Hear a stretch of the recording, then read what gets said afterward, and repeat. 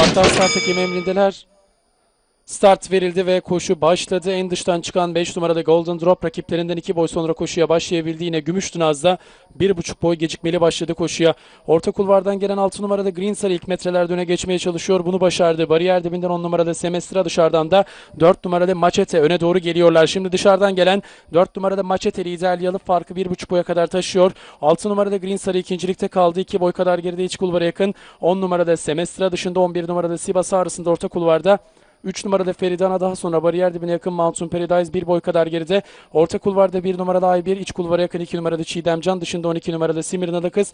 1400 metre start yeri geçildi, 3 boy kadar geride. 8 numarada Marla Singer 1 boy kadar geride orta kulvarda. 5 numarada Golden Drop 3 boy geride. Son sırada 7 numarada Gümüştünaz sırasıyla 1200 metre start yeri şimdi geçiliyor.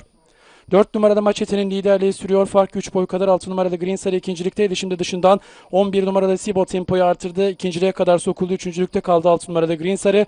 2,5 boy kadar geride. Dördüncülükte 10 numarada Semestra. Daha sonra 3 numarada Feridana içinde. 9 numarada Mountain Paradise 1 boy geride. 1 numarada A1. Daha sonra 12 numarada Simirnalı Kız bariyer dibine yakın. 2 numarada Çiğdem'den 3 boy geride. 8 numarada Marla Singer dışında. 5 numarada Golden Drop 4 boy geride. Son sırada 7 numarada Gümüştünaz sırasıyla safkanlar son 600 metreye doğru yaklaşıyor. 4 numaralı Machete liderliğini son 600 metreye taşımak üzere.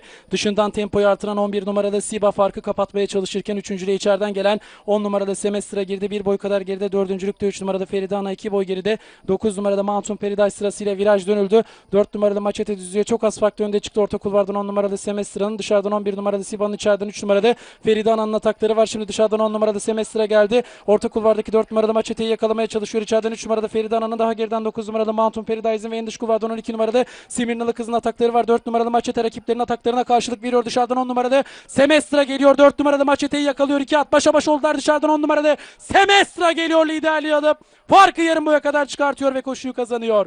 4 numarada Machete ikinci. 3 numarada Feridana üçüncü. 9 numarada Mountain Paradise'da koşuyu dördüncü olarak tamamladı. Son metrelerde etkili geldi 10 numaralı Semestra ve Mahmut Savla kazandı ve sezondaki ilk birinciliğini elde etti.